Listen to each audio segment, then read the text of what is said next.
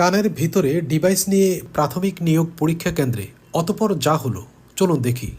সারা দেশের ৪৩টি কেন্দ্রের মাধ্যমে প্রাথমিক বিদ্যালয়ের সহকারী শিক্ষক নিয়োগের লিখিত পরীক্ষা অনুষ্ঠিত হয়েছিল আজ।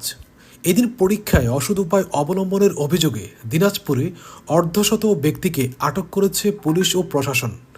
এ সময় বেশ কয়েকজনের কানের ভিতরে ডিভাইস পাওয়া যায়। শুক্রবার বিকেলে এই ঘটনা ঘটে। তাৎক্ষণিকভাবে আটককৃতদের নাম পরিচয় পাওয়া যায়নি। আটক পরীক্ষার্থীদের পরে গাইবান্ধা সদর হাসপাতালে নেওয়া হয়। সেখানে তাদের কানের ভেতর থেকে একে একে ডিজিটাল ডিভাইস বের করে আনেন স্বাস্থ্যকর্মীরা।